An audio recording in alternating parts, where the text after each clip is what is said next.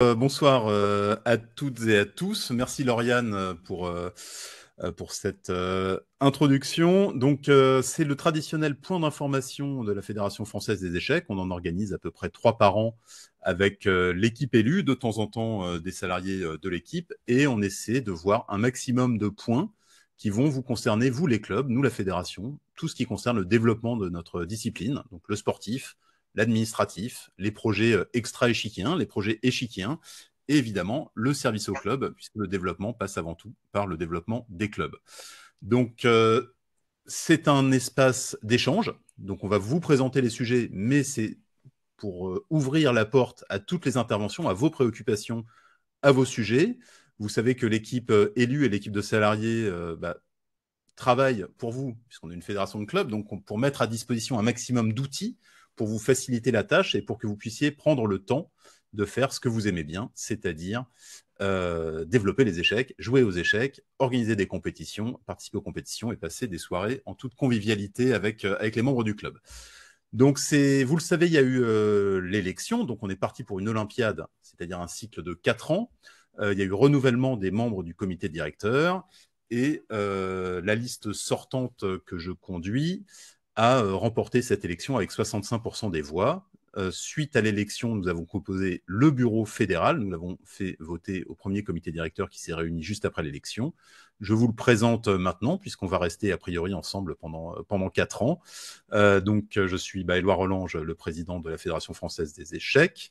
Laurie Delorme, présidente de Marseille Échecs, vice-présidente et également présidente de la commission mixité, donc qui est toujours Laurie sur l'ensemble des sujets de club. Vraiment, le club de Marseille Échecs est passé par toutes les étapes, du petit club au très grand club. Et Laurie est sur ces sujets-là, ainsi que sur les sujets de mixité.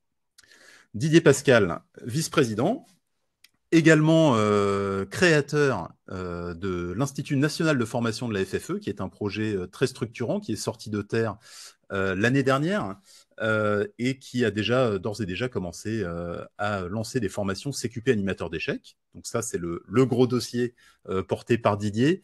Mais Didier est également sur les sujets ANS, sur les relations avec le ministère des Sports, les relations avec le Comité national et olympique sportif français et avec l'Agence nationale du sport. Donc toutes les relations institutionnelles passent régulièrement avec Didier et moi et Richard Oswald qui est dans l'équipe. Adrien Duquesne, qui est trésorier, qui est jeune, nouveau sur la liste, qui va nous accompagner sur tous les aspects financiers, budgétaires, et qui connaît extrêmement bien les clubs également, puisqu'il est partie prenante en Ile-de-France, où il va être élu, selon toute vraisemblance, puisqu'il est la seule liste représentée, président de la Ligue d'Île-de-France. Lauriane Lebray, qui est secrétaire général donc de la FFE, qui est avec nous depuis c'est le 2e mandat, qui est arbitre international également, et qui ce soir anime. Donc Lauriane qui s'occupe désormais, qui a pris la très difficile succession du légendaire Didier Fretel, hein, qui est avec nous en ce moment, je crois, ce soir en salle, qui pourra dire un petit coucou certainement. Donc voilà, la lourde tâche de secrétaire général, faire respecter nos statuts notamment. Mathieu Vira, qui n'est pas avec nous ce soir, puisqu'il organise le stage de haut niveau régional pour la Ligue Auvergne-Rhône-Alpes, qui s'occupe principalement des dossiers juridiques. Marion Pénalver, médecin fédéral, qui a également pris la lourde tâche des violences sexistes et sexuelles. Et enfin, Émilie Minot, qui est présidente de la commission scolaire et qui s'occupe de tous les sujets liés à l'éducation de l'école primaire jusqu'à l'enseignement supérieur avec les universités et les grandes écoles. Voilà donc notre bureau au service des clubs. Nous avons ensuite une équipe de salariés. Donc, on a la chance d'avoir une fédération qui est structurée, qui a un budget important et donc des salariés, une équipe salariée très rodée. Donc, vous les connaissez très certainement. Donc, Jordi Lopez, directeur technique fédéral. Laetitia Chollet, responsable administrative, qui résout vos sujets d'adhésion, de club, de licence. Joël Mourgue, qui fait le secrétariat, la communication depuis longtemps maintenant. Éric Mouret à l'informatique. Je vais m'attarder un peu plus sur Hugo et Flavie, qui sont nouveaux venus dans l'équipe, qui sont arrivés en 2024. Hugo Tournemille est donc chargé des projets de développement. Donc, vous verrez, comme on va parler de développement, que Hugo est un peu au cœur de tout ce qui n'est pas sportif, donc le développement du programme Classe Échec, le développement de Tour d'avenir, le développement de Devenez une ville échec. Ces sujets-là, c'est Hugo qui les porte et c'est avec lui qu'il faudra avancer pour les relations avec vos collectivités et les choix de vos clubs. Donc, quel projet vous avez choisi, quel développement vous voulez faire. La fédération a des programmes pour vous accompagner ou en tout cas pour contribuer au développement de vos clubs. Flavie également, qui est alternante avec nous depuis bientôt 1 an, qui travaille dans l'équipe de Hugo, donc sur le développement et les projets. Nous avons également Richard Oswald, conseiller technique national, qui est détaché du ministère des Sports à la Fédération française des échecs. Khaled Benadou, que vous connaissez certainement, qui est un arbitre bien connu, qui a été arbitre notamment au championnat de France, mais qui DRA Île-de-France, me semble-t-il, qui va être en mécénat de compétences à la fédération à partir du 1er juin et qui va porter, conformément aux directives de BNP Paribas, les programmes de la Commission Santé Sociale Handicap, donc qui sera en appui sur le soutien de ces programmes. Et nous avons enfin un nouveau poste ouvert auprès du ministère des Sports, donc avec CGO, CTS, pour un nouveau détachement d'un conseiller technique national, poste que nous avons souhaité au service des régions et des territoires. Donc, quelqu'un qui ferait un peu le tour des ligues, des comités départementaux pour analyser avec eux, voir les opportunités et éventuellement faire une partie du travail administratif. En tout cas, contribuer au développement des organes déconcentrés. Et enfin, les prestataires, mais qui sont des membres de la famille également, Samuel Bielka, qui fait la communication interne, communication sur les réseaux sociaux, community manager, les articles sur les sites internet, qui est là depuis très longtemps également. Quentin Loiseau, qui est nouvellement directeur de la performance, enfin il y est depuis 2 ans, mais nous avons renforcé le poste, on y reviendra tout à l'heure, et Aya Communication, qui nous accompagne sur la presse, une agence de presse avec qui on travaille depuis maintenant 3 ans, et qui nous a permis d'avoir beaucoup de retombées, notamment dans les grands médias, et nous avons un déploiement prévu pour les clubs et les comités avec eux cette année. Voilà pour l'équipe. Les partenaires 2025, parce que c'est toujours très important. Donc voilà, comme je vous disais, comme on lance une nouvelle Olympiade de 4 ans, on refait un peu le tour de ce qui compose la fédération. Donc oui, les élus, bien sûr les salariés et évidemment les partenaires. Nouveau partenaire, le Crédit Mutuel. On a travaillé avant avec le Crédit Mutuel enseignant, mais cette fois, c'est le Crédit Mutuel Groupe qui va être notre partenaire pendant au moins 2 ans. Partenaire important, partenaire majeur de la Fédération française des échecs. L'annonce arrive sous quelques jours sur le site fédéral, hein, mais le contrat est déjà signé, déjà enclenché. Nous avons commencé à travailler ensemble, les équipes travaillent ensemble. Donc ça sera formalisé sur le site prochainement, mais c'est le partenaire qui nous accompagne pour 2025-2026 et c'est une nouveauté. On en est très fiers. Microsoft Azure qui équipe nos équipes de France avec de la puissance de calcul. Immortal Game, partenaire des équipes de France et plateforme de jeux en ligne. La région Île-de-France, qui est partenaire du programme Infinitotisme. Clésia, qui est partenaire du programme 1000 échiquiers et également Infinitotisme. Ainsi que Variante et Olibris, qui sont nos partenaires traditionnels. J'ai ici pris les principaux partenaires fédéraux qui vont nous accompagner sur cette Olympiade.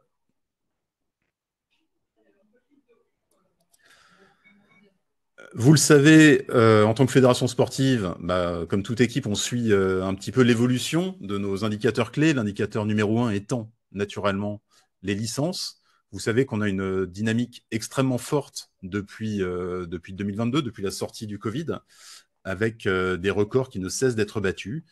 Et l'année en cours nous fait tendre, enfin la trajectoire arrive vers 80 000 licenciés, qui sera donc vraisemblablement un nouveau record de licences, de membres de notre fédération. À date, comparé à l'année dernière, qui était déjà un record, vous voyez sur les courbes fournies par Charles-Henri Roy, nous sommes à plus 6,9% de licenciés sur cette saison 24-25, comparé à la 23-24. 950 clubs à date, aujourd'hui. Et le site web fonctionne très bien aussi. C'est un indicateur un peu plus soft, un peu plus lointain de notre activité, mais c'est important quand même, avec 13% de visites en plus sur ce début d'année, comparé à l'année dernière à la même période. Donc nous avons une forte dynamique, effectivement, on le doit toujours au club, à la médiatisation de notre sport, à des événements aussi importants. Par exemple, il y a quelques jours, le grand streamer Inoxtag, celui qui a gravi l'Everest, qui a une communauté de plusieurs millions de personnes qui le suivent, a organisé avec d'autres amis streamers une soirée échec. Donc c'était 65 000 personnes en direct à chaque instant qui regardaient, plus les vidéos qui ont suivi. et ça montre un peu la hype qui continue autour de notre discipline, autour du sport échec. Les influenceurs commencent à s'en emparer, et donc ça, c'est aussi encore une nouvelle vague peut-être qui arrive sur le développement de, de personnes qui vont franchir les portes de vos clubs. Voilà pour cette présentation des chiffres clés. Et maintenant, je pense que je vais passer la parole. Ah non, pas tout de suite. D'abord, remercier les clubs qui ont accueilli les finales, puisque vous savez, nous organisons de nombreuses compétitions fédérales qui prennent fin en période mai-juin en général pour les fins de compétition. Et donc ici, je voulais saluer et remercier les villes et les clubs qui ont accepté de nous accompagner. Donc la ville de Vichy pour le France Jeune, la première édition du tournoi du championnat de France rapide par équipe qui aura lieu à Capelle-la-Grande dans les Hauts-de-France. N'hésitez pas à inscrire des équipes. C'est un tournoi qui se veut convivial et sympathique sur 3 jours. Format équipe d'amis, équipe amateur d'amis qui se connaissent. Il y aura quelques grosses cylindrées qui nous feront l'honneur d'être présents, notamment Chartres et Asnières, qui envoient des équipes composées de champions. En tout cas, pour le moment, les inscriptions sont ouvertes depuis pas longtemps. C'est des équipes de 4 joueurs et c'est un format très sympathique. Donc, je vous recommande de mobiliser ou en tout cas proposer à vos membres de venir participer. Belfort, Christophe Infanti en Bourgogne-Franche-Comté qui accueillera la finale du top 16. Le top jeune aura lieu à Paris, porté par le géant, mais également par les 9 clubs parisiens qui sont en top jeune, donc comme l'année dernière. C'était une très belle organisation. Le trophée Rosal allemand aura lieu dans un club assez récent, le club de Saint-Trope, en Provence-Alpes-Côte d'Azur. Le Rapid et Blitz aura lieu à Saint-Maur, comme l'année dernière.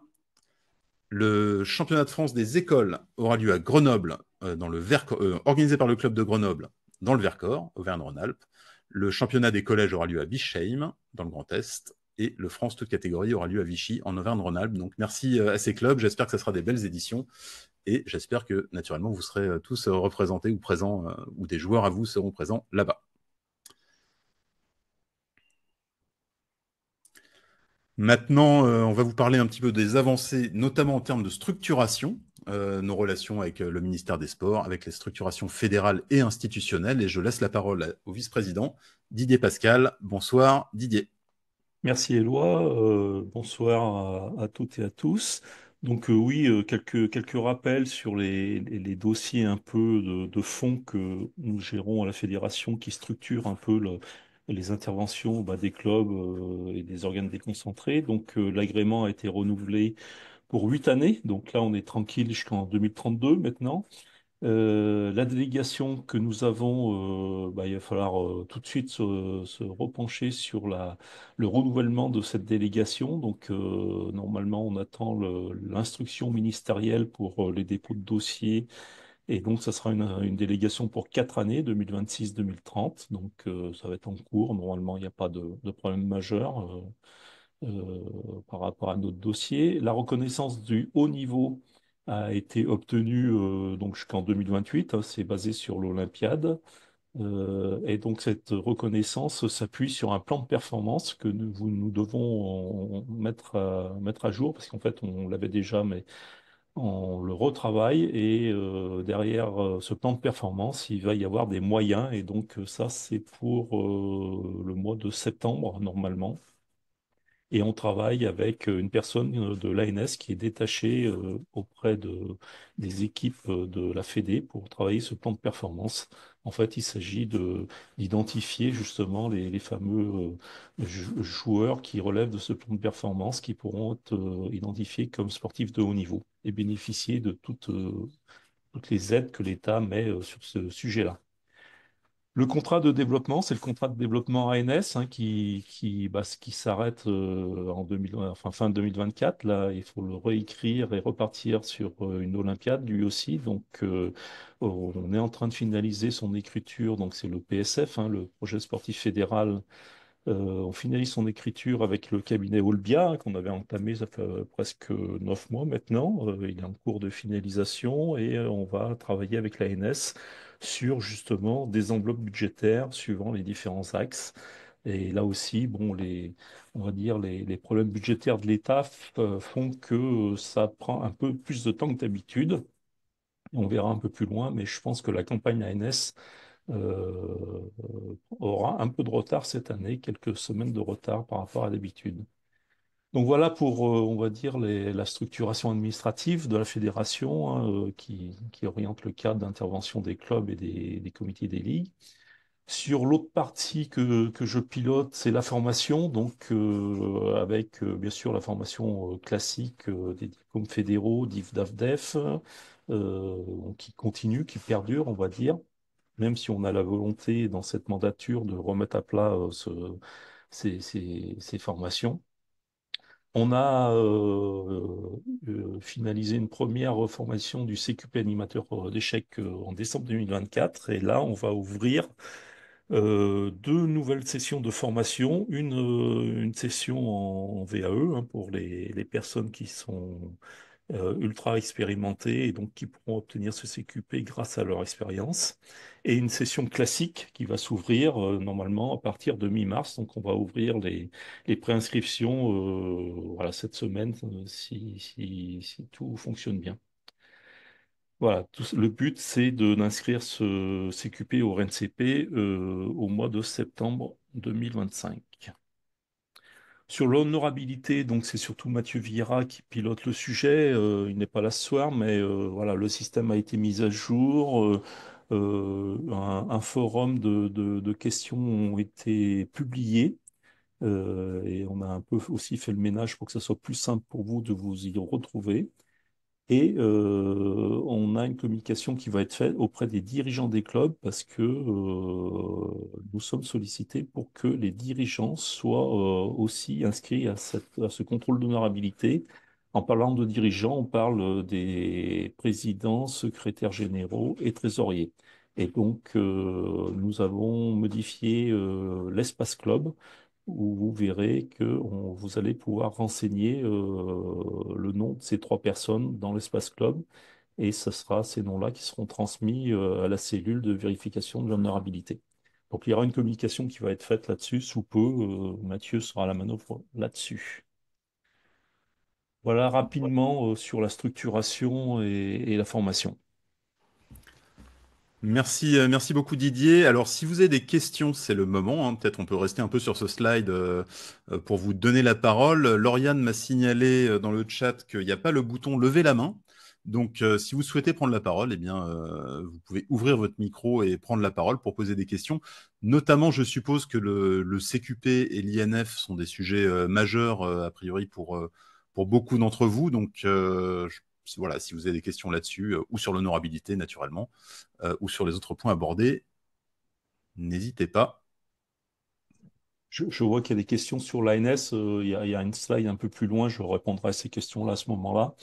Voilà, je ne vois pas quels sont les critères pour bénéficier de la formation CQP. Il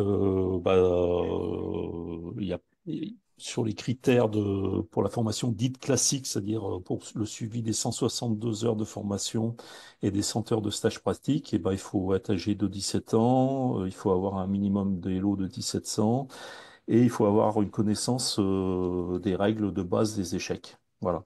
Après, pour l'obtention du CQP via la VAE, la validation de l'acquis par l'expérience, là, il faut avoir 10 ans d'expérience et j'insiste beaucoup là-dessus parce que sur la première cohorte, on avait été un peu souple et clairement, l'OC Sport, qui est l'organisme qui certifie la formation, nous a dit que pour les exceptions qu'on a faites, en fait, il y avait un vrai problème et donc, il faut bien, ils ont insisté sur le fait que l'expérience doit être conséquente. Et donc, on reste sur ces 10 ans d'expérience. Y aura-t-il des passerelles avec le DAF et le DEF? Non, il n'y a pas de passerelle en tant que telle. Le fait d'avoir ce DAF et le DEF permettent bah, déjà de justifier d'une expérience, de justifier de la connaissance des règles minimum des échecs, ce qui permet de répondre aux prérequis pour suivre la formation. Alors, il y a Il y Philippe a, il y a Blot Philippe qui a des réussi à lever la main. Ouais. des Hauts-de-France. Bravo Bonsoir Philippe. Philippe, bienvenue. À toi Bonsoir de... Eloi, bonsoir Lauriane, bonsoir à tous. Effectivement, il faut cliquer sur le bouton réagir et là, on a un panel de choix possibles parmi lesquels lever la main. Euh, je voulais juste intervenir sur le plan de performance fédéral avec normalement, depuis la saison dernière, je crois, eu une volonté de déployer ce plan de performance au niveau des organes déconcentrés, Ligue et CDJE, enfin au moins Ligue. Euh, Concrètement, comment ça se passe, la charnière entre les éventuelles détections de jeunes qu'on peut faire sur le terrain au niveau d'un comité ou d'une ligue, et puis le travail de plan de performance qui est fait au niveau fédéral. Alors là, bon, c'est dans 2 slides plus loin où on va détailler un peu notre haut niveau. Donc effectivement, on a mis en place le plan national, enfin le plan de performance fédéral depuis, ça va être la 3e édition qui s'enclenchera après le championnat de France jeune de cette année.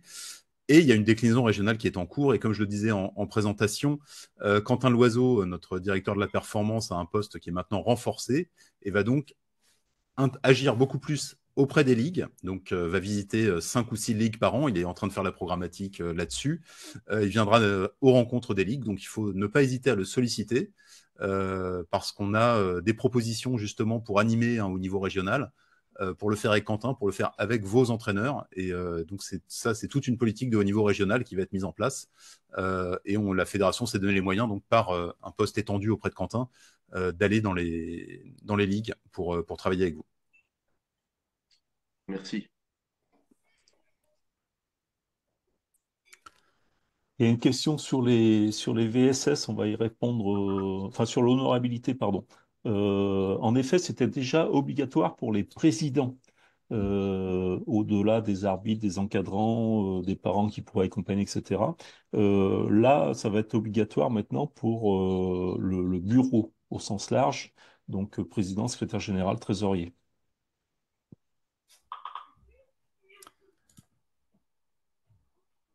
Très bien. Bonjour dans les Pyrénées-Orientales, dans le 66. Bonjour Stéphane. Et je pense, Lauriane, qu'on peut passer à la suite de la présentation. Oui, il y a juste une question d'Eric sur le CQP encore avant de passer au reste. Oui. Didier, est-ce que tous les animateurs pros doivent-ils avoir leur CQP? Alors, du moment qu'on utilise le mot pro, oui. En fait, du moment que une personne est rémunérée, en fait, il doit disposer d'un diplôme qui est, entre guillemets, recensé par le ministère des Sports. Et actuellement, les diplômes fédéraux, que ce soit de la Fédération des échecs, hein, mais d'autres fédérations, ne sont pas des diplômes recensés. Les diplômes fédéraux ne couvrent juridiquement que la sphère fédérale, c'est-à-dire qu'un animateur fédéral qui a un diplôme ne peut juridiquement intervenir à titre bénévole qu'au sein d'un club, d'une ligue, d'un comité ou pour la Fédé. Voilà. Dès qu'il sort dans les écoles, etc., il faut qu'il ait un diplôme reconnu et notamment s'il est rémunéré. Voilà. Donc tout ça, de toute façon, lorsqu'on va ouvrir les 2 prochaines promotions, comme je l'avais fait pour la première fois, je ferai une visio et on reviendra sur ces sujets d'obligation de diplôme et notamment un sujet aussi qui sont liés à la responsabilité civile professionnelle des auto-entrepreneurs. Il y a quelques nouveautés là-dessus et quelques auto-entrepreneurs qui sont en grande difficulté à cause de l'absence de diplôme aussi reconnu par rapport à leur RC. Donc ça, voilà, je ne vais pas en parler là ce soir, ça nécessiterait trop de temps, mais sachez que voilà, on fera une visio sur ce sujet de formation à l'occasion de l'ouverture aux préinscriptions des 2 prochaines promotions du CQP et on pourra aborder plus longuement ces 2 sujets-là, l'obligation de diplôme professionnel et pour aussi la RCP, la RC Pro. Et est-ce que tu peux préciser quid des formations actuelles? Benjamin demande si elles ont encore de la valeur ou pas, du coup. Oui, oui, bah bien sûr, les formations actuelles, elles sont très importantes, hein, notamment pour mettre un pied à l'étrier, entre guillemets. Là aussi, on en reparlera, mais il faut savoir qu'aujourd'hui, le taux de réussite sur les formations fédérales, il est de 60%, c'est-à-dire qu'on a quand même 40% qui ont suivi la formation et qui, derrière, n'obtiennent pas le diplôme. Alors, soit parce qu'ils vont pas au bout de la démarche avec le mémoire, etc., soit qu'ils échouent et si les formations fédérales n'existaient pas, les gens pourraient se lancer tout de suite dans un diplôme professionnel qui est assez coûteux quand même, et donc avec pareil les mêmes risques d'échec. Donc les formations fédérales sont très importantes pour mettre le pied à l'étrier pour voir ce que c'est l'animation, pour voir ce que c'est le métier d'entraîneur. On en dispense toujours. On va les revoir en tant que contenu, parce que c'est un contenu qui date de 25 ans, hein. Donc aujourd'hui, ça a quand même un peu évolué, donc on va revoir le contenu, mais elles existeront toujours. Pour le DAF et le DEF, en tout cas, le DIF, c'est une question qu'on se pose. Mais ça existera toujours parce qu'il y a un besoin. Il y a toujours des gens qui interviennent bénévolement dans les clubs, qui ont besoin d'être formés, et ça continue. Et aujourd'hui, le volume en termes de formation, il est quand même encore au niveau des DAF et des DEF, hein.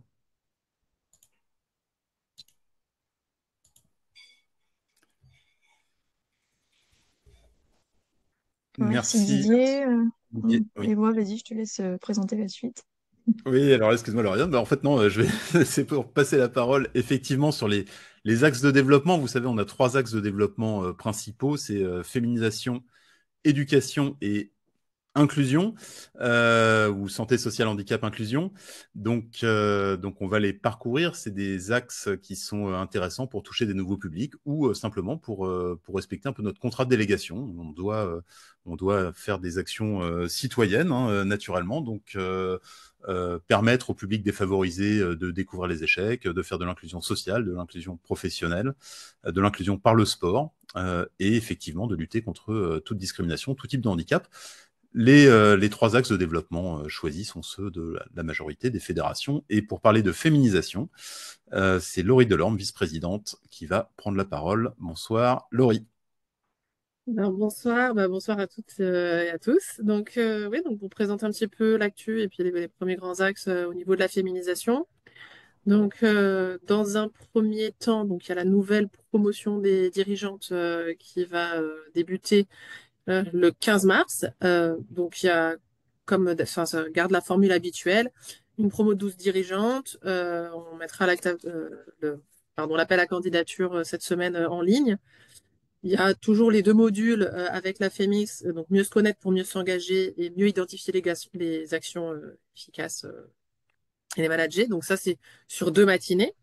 Et les modules assurés par la fédération, qui sont la vie institutionnelle de la fédération, donc pour mieux comprendre comment fonctionne la fédération aujourd'hui, où est-ce qu'elle en est dans son développement et sa structuration, gérer son club et notamment les forces bénévoles, donc avec Didier Pascal d'ailleurs qui est là ce soir, et diagnostiquer son club, sa structure, et fédérer autour d'un projet club. Voilà, donc en gros, c'est les 5 modules qui ont lieu dans cette formation. C'est ouvert vraiment à toutes les femmes qui veulent soit consolider des choses qu'elles connaissent déjà, compléter un petit peu leurs compétences, mais aussi on peut partir de zéro. J'insiste vraiment à chaque fois que je parle de ces formations-là. L'idée, c'est vraiment de détecter un petit peu aussi qui pourrait s'investir bénévolement dans la direction, peu importe le poste d'ailleurs, et inciter, susciter l'envie en fait, et désacraliser un petit peu ce qui est l'engagement bénévole au niveau des clubs, des CDJU et des ligues. Donc c'est important d'essayer de pousser des femmes vers ces formations-là. Donc ça, c'est pour la promotion de printemps. Ensuite, il y a une demi-journée en présentiel qui sera organisée avec d'autres femmes, d'autres promos pour faire un petit bilan sur les premières promotions qui ont été organisées. Dans l'idéal, ça sera au championnat de France jeune, à voir après si c'est assez dense ou pas, mais sinon ça aura lieu, ça pourra avoir lieu un autre moment dans l'année au siège de la fédération, par exemple. Et il sera organisé cette année un module 3 avec la FEMIX, qui est toujours dans le programme Oser s'engager, qui lui va vraiment être dans la gestion d'équipe et de projets et d'actions, et qui va aller un petit peu plus dans le concret. Et donc cette formation aura lieu en présentiel. Et donc, réunira aussi une douzaine de dirigeantes. Donc ça, c'est le programme de formation sur l'année. Dans l'idéal, on aimerait bien faire une deuxième promo sur l'année, soit à la fin de l'année, donc en 2025, soit début 2026. Donc ça, c'est le programme pour les dirigeantes. L'idée ensuite, en termes de féminisation et d'axe de féminisation et pour aider les clubs, en général, ça va être plutôt que d'avoir un seul temps fort dans l'année autour de la semaine de la mixité, d'avoir des temps forts toute l'année. Donc il y a les formations des dirigeantes et tout un plan sur l'année, mais il y a aussi 3 temps forts qu'on va proposer au club. Donc en cours, comme l'année dernière, il y a, et comme les autres années, donc il y a tous les projets qui vont aller autour de la semaine de la mixité, donc qui sont autour de la journée du 8 mars, donc la journée des droits des femmes. La fédération continuera à aider les clubs à hauteur de 100 euros, une vingtaine de clubs au maximum, sur des projets qui vont permettre, enfin viser donc l'accès à la pratique des joueuses et mettre en lumière un peu l'importance de la mixité dans les clubs et de faire venir plus de joueuses, de dirigeantes et d'encadrantes. Donc il y a tout un tas de projets différents qui sont soutenus chaque année. Et l'adresse est toujours la même pour candidater, semaine de la mixité, @fféchec.fr. Pareil, on fera remonter un petit peu l'acte de candidature parce qu'on a eu quelques projets qui ont été proposés, mais il y a encore des possibilités. Le deuxième temps fort de l'année, ce qu'on souhaite mettre en place et qui sera donc en place dès cette année, ça va être les journées Parraine ta copine. L'idée est donc d'inciter les clubs à organiser des journées où des adhérentes ou des dirigeantes ou des mamans, enfin, ou des entraîneurs, etc., puissent inviter à chaque fois une personne, au moins une amie, à venir découvrir le club, donc visiter le club, passer un moment convivial, apprendre à jouer aux échecs. Et ce moment-là peut se faire entre fin mai et juin, et peut aussi se faire en septembre. L'idée, c'est que la FFE propose un petit peu des organisations types, peut-être pourquoi pas une affiche, etc., comme c'est fait dans d'autres fédérations, et soutiennent les clubs pour l'organisation de cette journée à hauteur de 150 euros pour prendre en charge peut-être un petit peu des collations, le coût d'une animation, que ce soit une initiation si elle n'est pas faite par un bénévole, mais d'autres animations conviviales. Et on va aider les clubs un petit peu à travailler sur justement l'idée que des joueuses, des jeunes filles, des femmes accueillent d'autres femmes, parce que c'est un élément clé en fait pour pouvoir féminiser, c'est que quand on arrive au club, on a d'autres femmes qui pratiquent. Donc ça, ce sera les journées parraines ta copine qui seront soutenues et labellisées par la FFE, plutôt en juin et en septembre. Ensuite, on a imaginé, et c'est encore en cours de création, un Tour de France en fait qui va là plutôt être pour la valorisation et aller vers les publics pour apprendre à jouer aux échecs et valoriser un petit peu, montrer un petit peu plus, rendre visible la pratique écheckienne par les joueuses. Donc l'idée là, c'est que en fait, il y ait un kit de communication par la FFE, un guide pour organiser ces journées-là qui, qui vont être, bon, la plupart du temps et dans l'idéal en extérieur, mais pas forcément, au moins dans un lieu où il y a du passage, où justement on va rendre visible la pratique. Et l'idée, c'est vraiment de promouvoir la pratique des échecs au féminin et d'inciter donc un public féminin à participer. Donc là, toute la, ça sera plutôt lancé en fin d'année. Toute la structure doit être pensée pour permettre au club de se l'approprier assez facilement. L'idée, c'est qu'il y ait une mallette et un kit de communication qui soit un petit peu itinérant et que les clubs puissent demander ce label-là en proposant une organisation, avoir une date et avoir la fédération en soutien pour communiquer et valoriser cette action-là. C'est une action qui donc peut être prise en main par les clubs, mais aussi par les comités, les ligues. Ça peut être des actions qui vont être conjointes, organisées de manière mutualiser un petit peu les moyens et labellisées donc par la FFE avec un kit de communication au minimum. Voilà un petit peu pour comment est-ce qu'on envisage les actions autour de la féminisation dans le futur.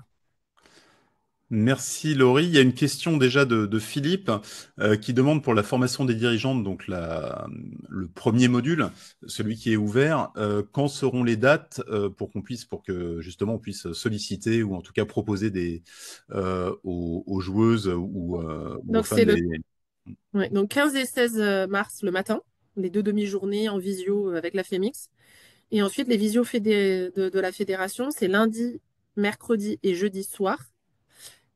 C'est c'est autour de 20h jusqu'à 21h30, mais ça peut être 19h30, 21h, ça dépend un peu de la disponibilité des personnes qui interviennent, donc Didier, Jean-Baptiste et moi. Après, ça reste assez souple sur les visios de la fédération. S'il faut décaler même d'un quart d'heure où tout le monde soit là, c'est faisable. En général, on essaye d'enregistrer parce que on a eu le cas aussi d'une dirigeante qui était pas en métropole, donc il y avait un gros décalage horaire.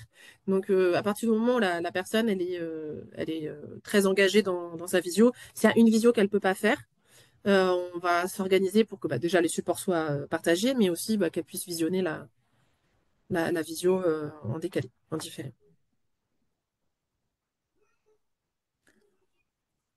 50% de filles dans les clubs 50% de filles dans les écoles, pas de filles dans les clubs. Pourquoi?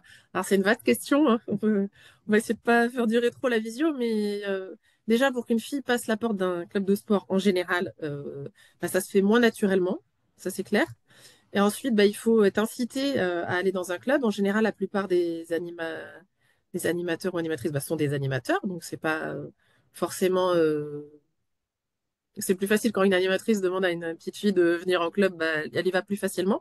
Et il faut absolument essayer de féminiser les encadrantes au club, donc que ce soit bah, la personne qui va accueillir, mais les animatrices, les entraîneurs et les dirigeantes. Et c'est cette impulsion-là qui est donnée en ce moment, c'est bah, la parité dans les instances dirigeantes. Et la suite, bah, ça sera plus d'animatrices, plus d'entraîneurs, plus de jeunes qui se fidélisent et qui vont peut-être faire des jobs étudiants au club. Voilà, donc là, c'est une des stratégies en tout cas qu'on a essayé au club. Bah, c'est de dire aux filles, bah, n'arrête pas à l'adolescence, c'est dommage, tu as une compétence, tu joues pas mal. Nous, on a envie d'avoir des filles qui donnent des cours, ça fait de l'argent de poche, c'est quand même mieux d'aller donner des cours d'échecs que de travailler chez McDo, je pense. Et donc, mais pour ça, c'est quand même plus sympa pour une adolescente de rester dans un club. Bah, si dans ce club-là, il y a des dirigeantes. Et voilà, donc c'est tout un système un petit peu vertueux qu'il faut arriver à impulser. Donc c'est étape par étape. Attirer les joueuses, les fidéliser dans un bon climat et pas oublier qu'il faut des femmes pour accueillir et fidéliser des femmes.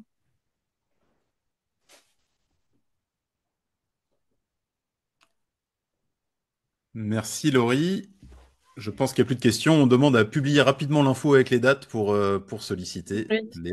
les futures dirigeantes. Bon, on était tous dans les championnats de ligue, les dates ont été validées il y a 15 jours, donc là je pense que c'est bon. Demain, je pense que ça sera sur le site sans problème. C'était simplement un problème de dispo. Et on va s'activer sur la publi. Très bien. Le sujet suivant, s'il n'y a pas d'autres questions, c'est éducation jeune. Alors, Émilie Minot est en train d'accompagner une délégation de son club Lons-le-Saunier au tournoi de Rochefort, donc elle n'est pas Elle disponible. est là, hein, mais je elle sais est pas là. si elle veut en parler, mais elle est là. Euh, oui, je peux essayer de parler si vous voulez, mais je ne sais pas si j'ai beaucoup de raisons ici, mais effectivement, je suis à Rochefort avec une délégation. Éloi, je te laisserai parler du non, PNF. vas-y, Emilien aussi. C'est un peu... voilà. Je peux parler du Oui, PNF, du- je peux parler du PNF et des kits et je te laisse la commission. Voilà, je peux parler de ça. on fait comme ça. Vas-y, je te laisse faire. Le plan national de formation, c'est donc réalisé avec la DGESCO, donc on va dire l'agence de l'éducation nationale, qui s'occupe notamment, une partie du travail de la DGESCO, c'est de former les formations continues, les formations initiales des professeurs des écoles. Et donc, ils ont choisi trois fédérations, dont la Fédération française des échecs cette année, pour qu'on présente le programme classe échec aux professeurs, donc primaire, premier degré, second degré, donc ça va jusqu'au collège et lycée. Et il y a eu un taux de participation énorme, inattendu de la part de la DGESCO, qui était donc très contente du résultat, puisqu'il y a eu 600 personnels de l'éducation nationale, donc des professeurs, mais aussi des conseillers pédagogiques, des référents mathématiques ou des inspecteurs, qui ont suivi cette présentation du programme classe échec. Et donc ça sera des futurs, pour une partie d'entre eux, ambassadeurs de notre programme auprès des professeurs de leur circonscription. Donc c'est un accomplissement assez majeur pour la FFE. Et pour poursuivre sur la lancée, la DGESCO a sollicité les académies pour obtenir des référents classe échec au sein de la DGESCO, donc au sein de l'éducation nationale, et simultanément, on a sollicité les ligues pour avoir des référents FFE académiques. L'idée, c'est que tout le monde se mette ensemble et développe ensemble ce qui va aller au-delà des échecs sur le temps scolaire, c'est-à-dire des tournois interclasses, des tournois interécoles, peut-être les championnats scolaires, et donc que ça travaille à deux mains, donc un côté FFE et un côté éducation nationale, pour que les enfants découvrent et aillent plus loin dans la découverte du sport échec. Donc ça, c'était un très, très, très beau truc de fin d'année 2024 qui va se poursuivre là en 2025.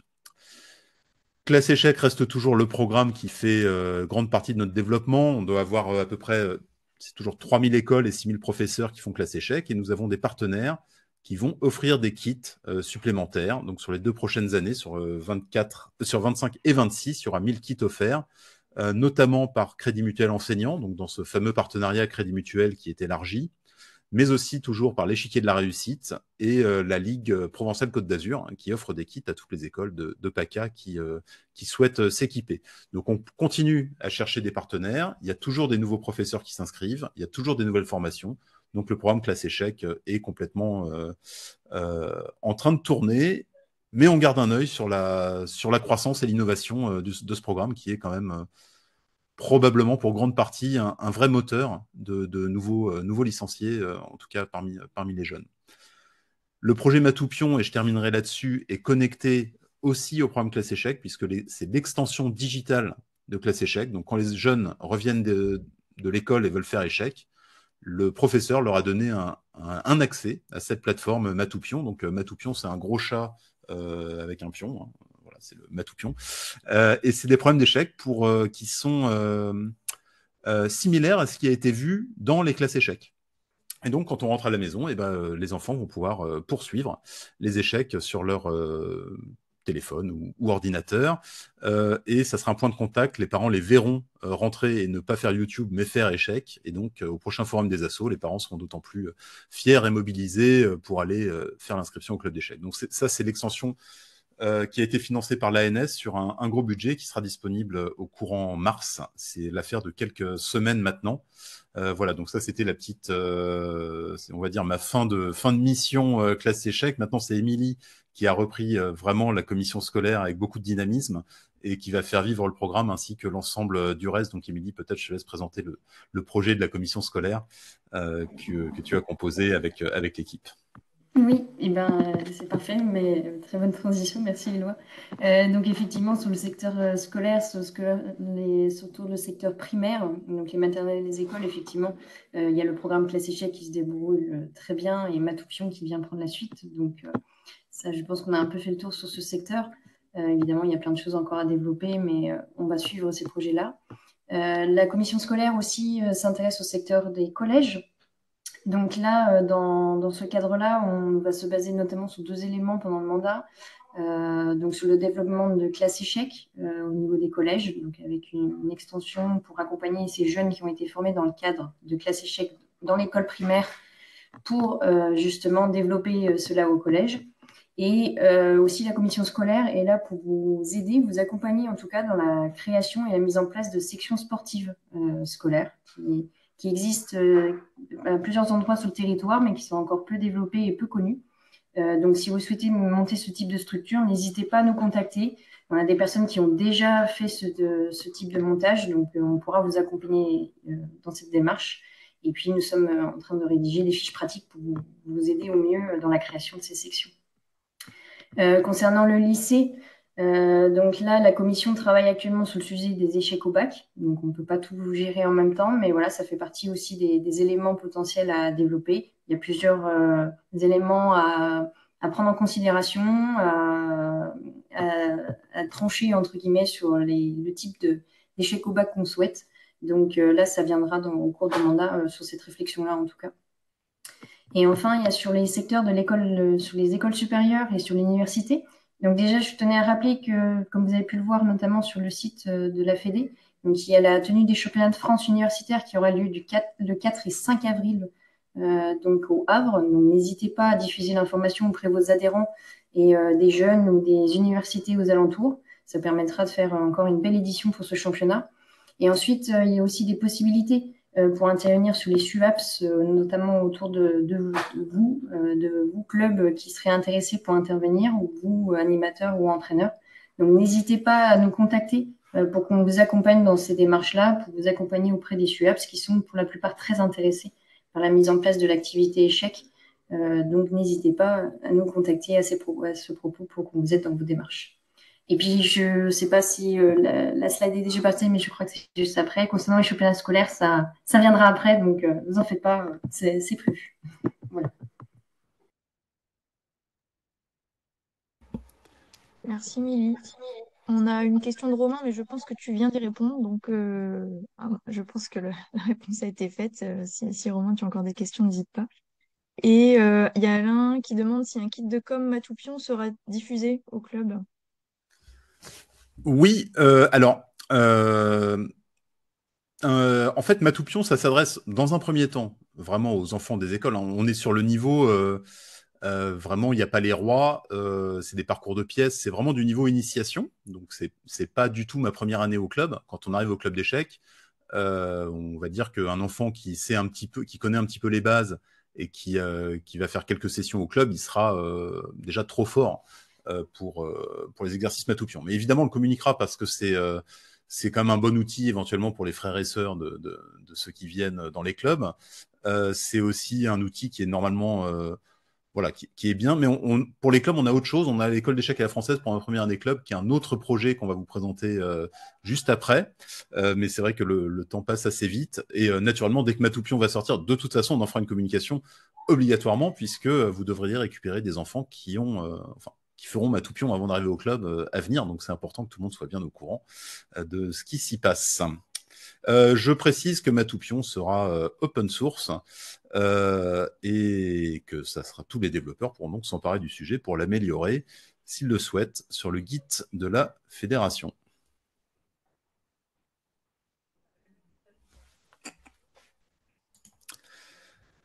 Le prochain sujet, c'est donc un slide sur le haut niveau. Donc, la question avait déjà été abordée tout à l'heure sur le plan de performance et sa déclinaison régionale.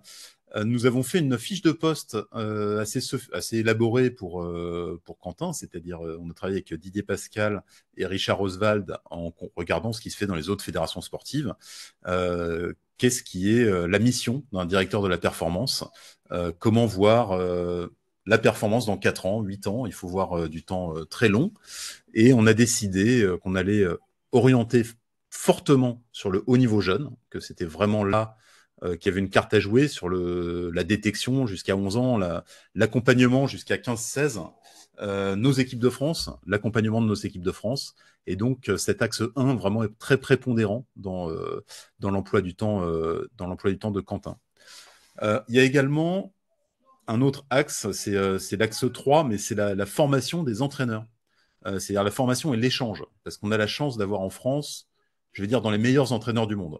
On n'a pas d'entraîneurs de classe mondiale, mais on a une densité d'entraîneurs extrêmement forts qui sont dans les grands clubs, qui sont partout en France, qui sont maillés sur le territoire, des grands maîtres qui se sont mis à devenir entraîneurs depuis une dizaine d'années. Et il faut que ces entraîneurs discutent entre eux, s'échangent les bonnes pratiques, travaillent. Et donc là-dessus, on a déjà mis en place le séminaire des entraîneurs. On a fait 2 premières éditions où il y a à chaque fois 40 à 50 personnes qui viennent, qui échangent et qui sont ravis autour c'était Ramesh qui était venu la première fois, puis Boris Gelfand la deuxième. Donc, c'est des pointures internationales qui échangent avec nos entraîneurs français. Ça aussi, c'est une partie du temps important qui sera dévolu par Quentin, parce qu'on pense que la performance passe aussi par la qualité de nos entraîneurs, la bonne ambiance des entraîneurs et l'envie de gagner, donc qui est quelque chose qui se fait vraiment très bien en groupe. Dans les actions concrètes, nous avons donc un plan de performance à composer. Didier en parlait au début. C'est la figure imposée, c'est un plan sur 4 ans, mais qui voit aussi jusqu'à 8 ans, qui voit loin. C'est la performance de la Fédération française des échecs dans le temps, de nos joueurs et joueuses. C'est aussi ce qui va déterminer les joueurs et joueuses qui seront sur les listes ministérielles, qui ouvrent des droits, notamment pour il y a des aides personnalisées, mais il y a aussi des aménagements d'horaires, il y a aussi beaucoup de facilités, et il y a des aides pour les structures accueillant les sportifs qui sont sur les listes ministérielles. Donc c'est important, c'est un peu le même document. Le réseau d'entraîneurs fédéraux est composé depuis une dizaine d'années. Ce sont à peu près une dizaine d'entraîneurs qui accompagnent nos 70 jeunes. Ils les accompagnent dans le cadre du plan de performance national toute l'année avec des visios, mais aussi dans un stage d'été qui cette année aura lieu à Vichy, dans le cadre du CREPS, le Centre régional de la performance. Donc on monte aussi en compétences. C'est le 3e stage du plan de performance qui va être organisé. On avait fait le premier en Ile-de-France, les 2 premiers. Et là, on est dans les structures de la haute performance du CREPS de Vichy, qui devient un peu notre pôle d'entraînement, notre centre d'entraînement, avec toujours nos entraîneurs et avec de plus en plus de programmes, d'exercices et de savoir-faire sur l'accompagnement des jeunes. Ce qui est très important, ce qui va marquer cette année 2025, c'est la déclinaison régionale du plan de performance. Donc ça, on en parlait tout à l'heure, mais avec Quentin, Didier, Richard Oswald, nous discutons de comment faire, qu'est-ce qu'on va proposer aux ligues pour animer ce haut niveau jeune, puisqu'on a pu constater, c'était avant, mais Jean-Baptiste Mulon et moi, on constatait que les ligues étaient souvent confrontées à la difficulté de comment animer mon haut niveau régional. C'est pas toujours évident. Maintenant, on a des propositions et Quentin va se déplacer sur vos championnats régionaux ou sur vos stages de détection qui peuvent être organisés spécifiquement avec nous pour mettre en place, en tout cas pour vous proposer aux ligues des très très bonnes pratiques d'accompagnement et de détection au niveau régional. Je vous avais déjà parlé des entraîneurs, donc effectivement, le 3e séminaire des entraîneurs aura lieu vraisemblablement au premier week-end d'octobre. Il ne sera pas forcément financé cette fois-ci, donc la FFE ne pourra plus prendre en charge les hébergements et repas pour tous les participants, mais il y aura un tarif très attractif pour que les entraîneurs puissent venir, et il y aura forcément évidemment pris en charge un entraîneur international de renom qui sera présent, et on organisera aussi des visios pour que les entraîneurs toute l'année puissent discuter ensemble et avoir des sons de cloche internationaux de grande qualité. Donc voilà ce qui est prévu pour le haut niveau. Comme vous le voyez, c'est principalement les jeunes et c'est centré sur une mission étendue de Quentin Loiseau qui travaille très très bien, qui s'intéresse vraiment au sujet fortement et qui a une bonne expertise. Donc on est plutôt ravis des 2 premières années passées avec lui. On espère que ça ira encore plus loin avec vous, avec les ligues. Est-ce qu'il y a des questions sur ce haut niveau? Je pense pas. Lauriane, j'ai pas vu de question.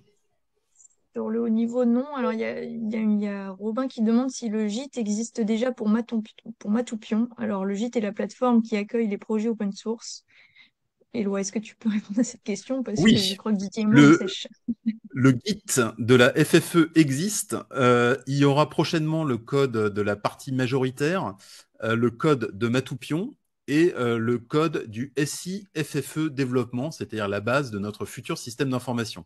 Donc c'est la commission numérique qui travaille dessus avec Patrick Vignat, Yann Leblévec, Françoise Ringot, mais aussi Jérôme Appendino, Stéphane Laborde, Nicolas Sénart. Et une dizaine de personnes qui travaillent sur le développement de nos outils digitaux, sur lesquels on a un sacré retard.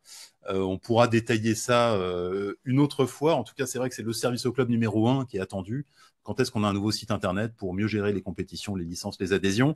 Donc c'est en cours. Et le Git est un outil qui va permettre de fédérer les développeurs, et il y en a beaucoup qui adorent les échecs et qui n'aiment pas le site actuel de la Fédé et qui devraient contribuer, puisque le Git est une plateforme collaborative qui permettra à chacun de contribuer.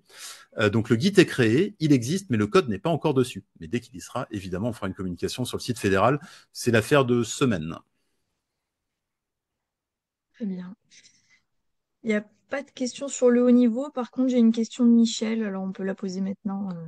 En attendant, ce qui demande, s'agissant de structure handicap, je suis surpris que peu de clubs ne s'engagent pas sur la formation club inclusif. Il y a pourtant beaucoup d'attentes dans ce domaine. Peut-être, je sais pas, club inclusif, Didier, ouais, je sais pas si ça te... Oui, bien sûr. Donc, oui, en effet, il y a peu de clubs qui sont engagés là-dessus. D'abord, en termes de communication, il n'y a pas eu beaucoup de communication faite par l'État et les différentes structures, notamment les fédérations handi, sur ce sujet-là. Ça s'est tombé pendant les Jeux Olympiques. Donc, après, enfin, moi, j'ai regardé de près le sujet, c'est relativement lourd et je pense qu'il y a relativement peu de clubs d'échecs qui ont les capacités de s'engager dans ce genre de dispositif.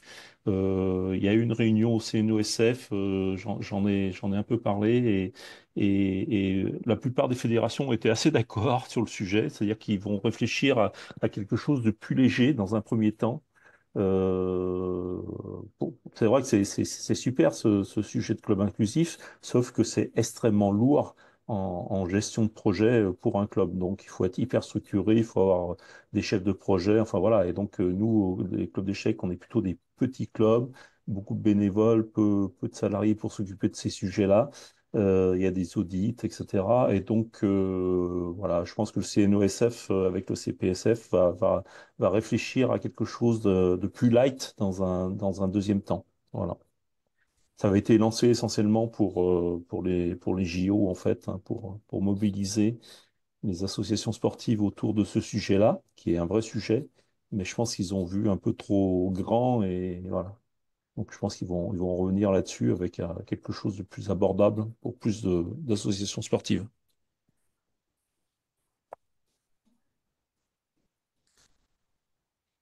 Merci Didier. On peut avancer.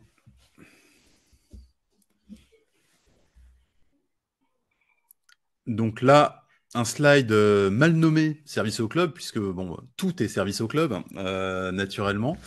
Donc là, c'est plutôt les actions spécifiques, vraiment très directement pratico-pratiques pour un club. Donc vous savez que l'année dernière, on a mis en place un site où il y a des photos et des signalétiques libres de droit pour les clubs d'échecs qui peuvent vous servir à décorer votre club. Donc vous pouvez acheter des posters de champions, des joueurs et joueuses d'équipe de France, des champions internationaux, des très très belles photos qui sont libres de droit pour les clubs d'échecs. Donc ça, c'est une première chose. On va essayer d'étendre ça à un service un peu plus clé en main où vous pouvez commander directement les cadres photos avec les photos dedans, ou en tout cas des services supplémentaires. Il y a aussi tous les affichages obligatoires que vous pouvez avoir à mettre dans vos clubs. C'est sur le site kit.fféchec.fr. C'est déjà en ligne depuis un petit moment. À venir, le kit Relations Presse. Donc là, on a souhaité avec Aya Communication, avec qui on travaille depuis maintenant 3 ans, mettre on va dire, vous permettre d'utiliser ce qu'on a appris et ce qu'on a compris. Donc on a compris quels sont les messages qui fonctionnent, d'une part, hein, c'est-à-dire que les journalistes aiment bien certains types de messages. On a appris à identifier les journalistes au sein des rédactions. Donc ça, bon, c'est le métier d'une agence de presse, mais en fait, on va vous proposer les clés pour trouver le bon interlocuteur dans la PQR, et on va vous donner des communiqués de presse type, clés en main, avec les informations sur la discipline échec et sur ce que vous pourriez faire pour mettre en avant un champion, une championne, mettre en avant la participation du club au championnat de France ou les champions régionaux. Donc des communiqués de presse type, la façon de trouver un interlocuteur et la façon de vous faire connaître dans les organes de presse quotidienne régionale, ou presse régionale tout simplement. Donc ça, c'est quelque chose qui arrive dans 10 à 15 jours, qu'on a composé avec Antonin de l'agence Aya Communication, qui, je l'espère, sera très utile. On sait que vous avez apprécié aussi les achats groupés. Donc l'idée est d'avoir du matériel on va dire à peu près à 50% moins cher, parce qu'on en achète énormément pour l'ensemble des clubs. C'est 50% moins cher ou plus, c'est-à-dire plus que 50% moins cher. Donc cette année, pour Vichy, nous allons proposer trois produits. Il y aura le plateau de jeu néoprène Fédération française des échecs, donc le futur jeu officiel. Alors je l'ai là en prototype, je vous le montre en avant-première, mais bon, avec la caméra floutée, c'est pas génial. Donc, c'est des jeux en néoprène qui sont bien plus solides que le vinyle, à mémoire de forme, et bien plus pratiques à transporter que des plateaux bois. Donc, ça sortira à 10,80 € le sous-jeu. La pendule DGT 1500, si DGT arrive à la réparer, puisque c'est la nouvelle pendule qui n'est pas encore sortie. Mais enfin, si normalement, selon toute vraisemblance, on aura la pendule DGT 1500 à 22,50 €, et nous aurons les blocs de feuilles de partie à 12,30 €, quelque chose comme ça, le bloc de 500 feuilles, qui est devenu quelque chose d'assez rare pour un club en tout cas, puisque le prix public en magasin est devenu hors de prix. Il n'y a que les comités qui font des achats groupés qui pouvaient avoir des prix abordables, et là on a un prix qui défie a priori toute concurrence. L'annonce va être faite normalement cette semaine. On attend juste DGT qui nous confirme que sa pendule fonctionne bien pour pouvoir déclencher cet achat groupé. Le point suivant, c'est ma première année club. Là, on a un sujet qui était apprécié, qui avait été un peu abandonné par notre équipe, c'était les masterclass, donc des vidéos d'aide pour les animateurs club. Et donc là, on souhaite vous proposer un contenu décliné sous plusieurs formes. Donc c'est un processus qui est assez long, hein, puisque vous allez voir, c'est un projet qui est ambitieux. Donc là, ce qu'on souhaite vous proposer pour la rentrée de septembre, c'est le guide de l'entraîneur pour ma première année club, avec 48, une cinquantaine de thèmes, une cinquantaine de leçons clés en main formulées pour les entraîneurs, et simultanément une cinquantaine de vidéos qui peuvent être projetées dans le club, qui seraient enregistrées par les entraîneurs du plan de performance, donc les entraîneurs fédéraux. Ça, c'est une première chose pour un peu uniformiser cette connaissance, mais ces vidéos peuvent aussi être utilisées dans les collèges. Et là, c'est vrai, c'est aussi un sujet sur lequel on était sensible, mais il y a de la demande en collège sans qu'il y ait d'animateur. Donc, on voulait des contenus pour démarrer les échecs pour des ados ou pour des enfants qui débutent en club. Et donc, il nous a paru logique de créer ce kit de vidéos pour que vous puissiez, vous, animateur club, appuyer sur play et ensuite commencer la leçon. Donc, ça fait une voix supplémentaire, ça fait des cours bien ficelés. Vous avez le guide à côté. Donc, ça, c'est l'étape 1 de la fusée. L'étape 2, ça sera le livret d'exercices pour les enfants sur les mêmes thématiques. Et l'étape 3, le jeu école autonome, basé sur les méthodologies Montessori. Donc pour septembre, ce qu'on espère pouvoir livrer, c'est le guide entraîneur et les 48 vidéos donc d'accompagnement pour ma première année. Et ça sera suivi par ma deuxième année, puis ma troisième année, et ainsi de suite. On espère qu'au cours de l'Olympiade, donc au cours de ces 4 prochaines années, on pourra faire les 3 premières années club déclinées sur l'ensemble de ces formats. C'est un projet qui est assez ambitieux, mais je pense, enfin en tout cas j'espère que ça vous plaira, que ça sera utile et utilisé. Et enfin, le petit dernier, devenez une ville échec. Donc ça, c'est vraiment de l'accompagnement personnalisé. C'est tous les programmes nationaux de la fédération déclinés à l'échelle locale, à l'échelle de la collectivité, de votre ville, de votre club. Donc, il y a classe échec, il y a tour d'avenir, c'est l'inclusion par les échecs. Vous avez infinitétisme également, qui fait partie de ce programme. Et on va aller chercher des poches budgétaires dans les collectivités ou auprès de l'État, donc de la sous-préfecture à l'égalité des chances, avec des dossiers de subvention, avec des méthodologies pour aller les chercher, et pour faire une offre attractive pour les villes. Et la fédération vous accompagne pour vous aider à composer les dossiers éventuellement, mais aussi pour faire des rendez-vous avec la mairie. C'est toujours important d'avoir un soutien national et peut-être d'avoir un projet un peu plus ambitieux avec effectivement cette partie majoritaire, une finale avec la place aux échecs, et tout ça fait avec le club, financé par la mairie ou financé par la préfecture. Voilà, il y a plusieurs poches. Après, on peut viser aussi les cités éducatives. Et c'est Hugo Tournemille, qui est chargé de projet à la fédération, qui est avec nous depuis 1 an, qui actuellement rencontre 2 clubs par jour pour composer avec eux. Comment contacter la mairie, comment contacter la mairie avec la fédération, quel projet proposer en fonction du développement du club, du nombre d'animateurs. Donc on fait des programmes sur mesure. Et Hugo sera également présent pendant la 2e semaine de Vichy, donc du lundi au dimanche, au stand FFE, où vous pourrez aller parler avec lui pour créer le programme et savoir où trouver des nouveaux financements et comment accélérer le développement avec la collectivité, avec les subventions que vous pouvez récupérer. Donc voilà la panoplie, on va dire, des actions très concrètes en direction de vos clubs, qui sont évidemment à votre discrétion. Voilà.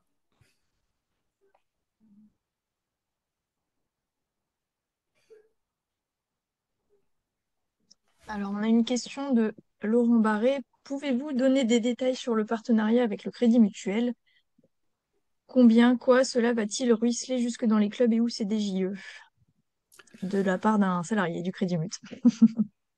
Oui. Alors, le montant du partenariat, c'est 60 000 € par an, qui est signé pour 2 fois, plus 200 kits classés chèques par an, qui seront à offrir aux écoles et à retirer dans les caisses Crédit Mutuel. Il y aura également une offre pour les clubs, mais n'étant pas moi-même du Crédit Mutuel, je n'ai absolument pas le droit d'en parler. Je peux vous dire que le Crédit Mutuel proposera des choses, mais c'est à eux et à leurs agents de proposer l'offre pour les associations notamment. Donc je ne la détaillerai pas ici. Et comment ça va ruisseler je n'aime pas cette expression, naturellement, je pense comme la plupart d'entre vous. C'est des financements qui vont pour financer les projets de développement nationaux. Donc en fait, en gros, tout ce qu'on vient de vous proposer là, ça entre dans le fonctionnement de la fédération. Voilà. Et Crédit Mutuel sera partenaire des équipes de France et du programme Classe Échec avec Crédit Mutuel Enseignant, avec la marque Crédit Mutuel Enseignant. Voilà les grandes lignes du partenariat.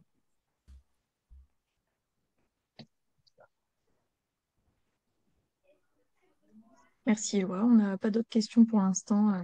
Oui, je vois pour l'achat groupé, il manque les pièces. Oui, Je va vais falloir me, je migrer vais des pièces, ouais. je vais voir ce qu'il est possible de faire. On les remplacera à la place des pendules si les pendules DGT marchent pas.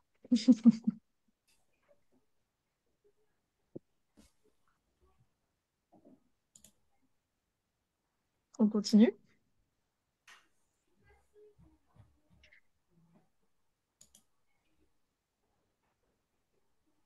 Donc, dans le cadre du service des clubs, bien sûr, il y a les subventions dites nationales hein, qui sont en cours. Donc, pour certaines régions, le FDVA, les subventions ne sont pas encore fermées. C'est-à-dire que je vous ai mis le lien. Certaines régions, ça va jusqu'au mois d'avril encore. Vous pouvez déposer des dossiers, hein, notamment sur ce qu'on appelle le FDVA 2, c'est-à-dire fonctionnement, innovation, appel à projet. Voilà, donc n'hésitez pas. Il y a de l'argent, il faut déposer les dossiers. C'est un peu plus simple que l'ANS, mais ça se passe sur le compte asso quand même. Vous avez le FONGEP si vous avez besoin de faire financer des emplois qualifiés. Là aussi, ce sont une instruction qui est décentralisée en région, voire par département aussi. Là, il faut vous rapprocher. Vous allez sur le site du FONGEP et vous avez les coordonnées des correspondants locaux. Et avant tout dépôt de dossier, je vous engage à les contacter par mail. Ils répondent assez rapidement et ils vous diront assez rapidement si ça vaut le coup ou pas. Parce que sur certaines régions, les fonds ont déjà été consommés et sur d'autres régions, pas du tout. Donc voilà. Et puis bien sûr la subvention importante hein, qui est l'ANSPSF hein, en mars 2025. Donc pour l'instant on n'a pas trop d'informations de la part de l'ANS. Je pense qu'ils sont en train toujours de discuter budget avec le ministère et avec Bercy. Nous, on les a rencontrés avec Éloi. On a à peu près une certitude sur le fait que au moins 80% de l'enveloppe sera reconduite. Les 20% sont en discussion. Ça peut être plus, elle peut augmenter, mais elle peut aussi diminuer. Voilà, donc ce sont des discussions que nous menons et en fonction aussi du budget de l'État. Voilà. Les axes, là aussi, il n'y a aucune certitude, sauf sur, on va dire, les trois axes qui, à mon avis, ne changeront pas, scolaire, féminisation, inclusion des personnes en situation de handicap. C'est toujours des axes prioritaires, même pour l'État. Donc là-dessus, ça bougera pas. Après, pour les autres, il faut attendre. Il faut attendre le résultat des enveloppes et des négociations. Là-dessus, je ne sais pas, je n'en sais pas plus. Cette incertitude fait il y aura sûrement un petit décalage dans la date de démarrage de l'ANS, de la campagne de subvention. Tenez-vous prêts. Vous pouvez déjà, d'ores et déjà, renseigner les CRF hein, sur le compte asso de vos actions passées, parce que je crains que la campagne soit relativement courte cette année. Il faudra être hyper réactif. Là aussi, au niveau de la fédération, on mettra en place le dispositif habituel qu'on essaiera de renforcer. Et d'ailleurs, on fera un appel à candidats pour les commissions techniques et la commission et l'autre commission d'évaluation. Voilà. Et puis, vous avez aussi la campagne ANS-PST hein, qui va démarrer en même temps que la ANS-PSF, qui est sur l'emploi qualifié. Là aussi, vous pouvez, en général, il y a entre 9 et 10 structures qui ont une aide à l'emploi sur des emplois qualifiés. Voilà très rapidement, parce que le temps passe, il y aura des visios dédiés à cette campagne ANS de toute façon. Tu peux rappeler à tout le monde ce que ça veut dire PST, Didier, s'il te plaît. Euh, Projet sportif territorial. Voilà, c'est en fait, contrairement à l'ANSPSF, projet sportif fédéral, qui est instruit par la fédération, le PST n'est pas instruit par la fédération, ce sont les DRAGES de chaque région qui instruisent le dossier. Bien sûr, ils demandent un avis purement consultatif à la fédération. En général, on donne toujours un avis positif, mais c'est chaque région qui décide l'attribution et la notation du dossier. Voilà. Michel nous demande, enfin, a l'impression que l'enveloppe FONGEP est à son sens limitée. Est-ce que... Ouais, ça dépend vraiment ça dépend, pardon, vraiment des régions, hein. Il y a des régions, des grandes régions, c'est clair que le FONGEP, il y a plus d'argent. Mais il y a des régions où il reste encore des moyens, notamment pour des emplois, enfin pour l'aide à l'emploi. Donc il faut vraiment se rapprocher, ne pas hésiter parce qu'on peut être surpris. C'est un dispositif qui est relativement peu connu, qui est beaucoup plus connu par les associations du monde culturel, mais les associations sportives font peu appel. Et en fait, au sein des enveloppes d'aide à l'emploi, il y a des parts qui sont réservées au monde sportif et des fois elles ne sont pas utilisées parce que méconnues. Donc, il ne faut pas hésiter à solliciter parce que enfin, l'aide est assez conséquente, hein. 7 000 euros, bon, c'est 12 000 pour le PST, mais le PST, c'est sur 3 ans et là, c'est 2 fois 3 ans. Donc, ça peut être intéressant. Et là aussi, chaque région a un peu son mode de fonctionnement. Donc, c'est pour ça qu'il faut se rapprocher de ces structures-là. Merci Didier. On n'a pas d'autres questions dans le chat à ce sujet. Donc, Éloi, je te laisse continuer avec Devenez une ville Oui, échec. devenez une ville échec, on en a déjà parlé. Je voulais juste vous dire que pour faire un état des lieux de votre projet club et des possibilités que vous avez avec ce programme Devenez une ville échec, vous pouvez contacter Hugo. Il y a un formulaire à remplir. Le lien est très facile à trouver puisqu'il est dans la colonne de droite du site internet, en dessous de classe échec. Vous avez la petite icône Devenez une ville échec. Un petit formulaire à remplir où vous dites à peu près combien vous êtes d'animateurs, qui porte le projet dans le club. Et ensuite, vous pourrez prendre rendez-vous avec Hugo, soit à Vichy, soit en visio, pour faire un point et voir ce qu'il est possible de faire dans votre club.